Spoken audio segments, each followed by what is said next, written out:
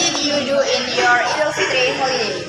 When I outfit holiday, me and my big family went to our great grandmother house and we ate some food in there because my great grandmother cooked for me and my big family.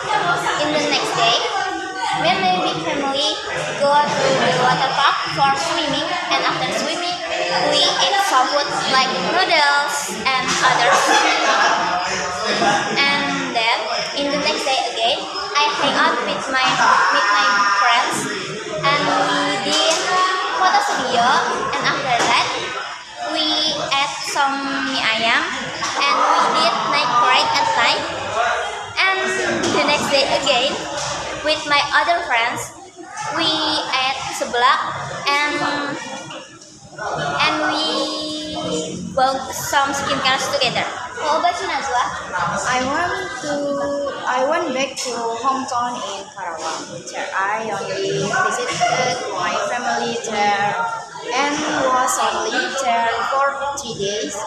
After that, I did go to anywhere else. And then, here's from us. Thank you.